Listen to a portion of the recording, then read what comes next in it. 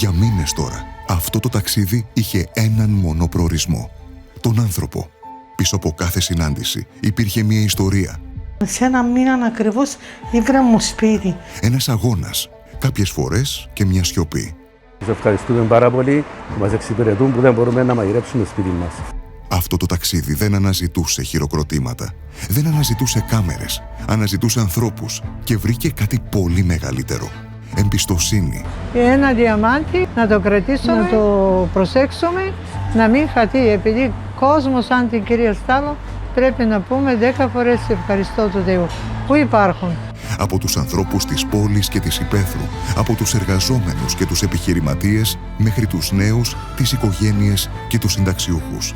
Διαφορετικά πρόσωπα, διαφορετικές ιστορίες, κι όμως η ίδια ανάγκη να ακουστούν, να νιώσουν ότι κάποιος είναι πραγματικά δίπλα τους και αγωνίζεται για αυτούς. Από κοινότητες, σε γειτονιές της πόλης, σε σπίτια, καφενεία, χώρους εργασίας, η Στάλο ρώτησε, άκουσε και έμαθε ακόμα περισσότερα. Όχι σαν πολιτικός, αλλά σαν άνθρωπος, γιατί πριν από την πολιτική υπήρχε ήδη παρουσία με έργα. Πριν από την υποψηφιότητα υπήρχε ήδη προσφορά. Για χρόνια στάθηκε δίπλα σε ανθρώπους που είχαν ανάγκη. Για τα απλόχερα όλα, από την ψυχή της. Γιατί πίστευε πάντα κάτι απλό, ότι κανείς δεν πρέπει να νιώθει μόνος. Και ίσως γι' αυτό οι άνθρωποι δεν είδαν μπροστά τους μια υποψήφια που ζητούσε τυφλή εμπιστοσύνη. Είδαν έναν άνθρωπο που ήδη γνώριζαν, που αντιλαμβάνεται την αγωνία της οικογένειας, την πίεση της καθημερινότητας, την απογοήτευση. Και μέσα σε αυτή τη διαδρομή δημιουργήθηκαν σχέσεις εμπιστοσύνης και φιλίας. Άνθρωποι διαφορετικοί, με διαφορετικές διαδρομές που τους ένωσε κάτι κοινό.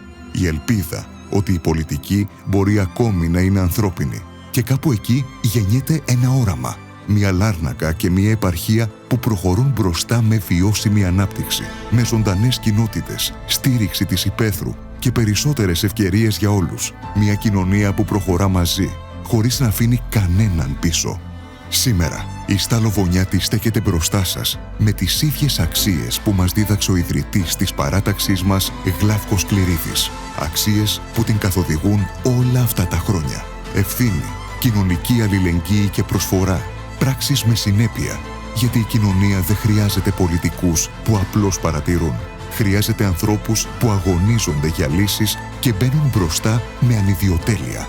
Στάλο Βονιάτη, για μια πολιτική που υπηρετεί τον άνθρωπο. Ανθρώπινα μαζί.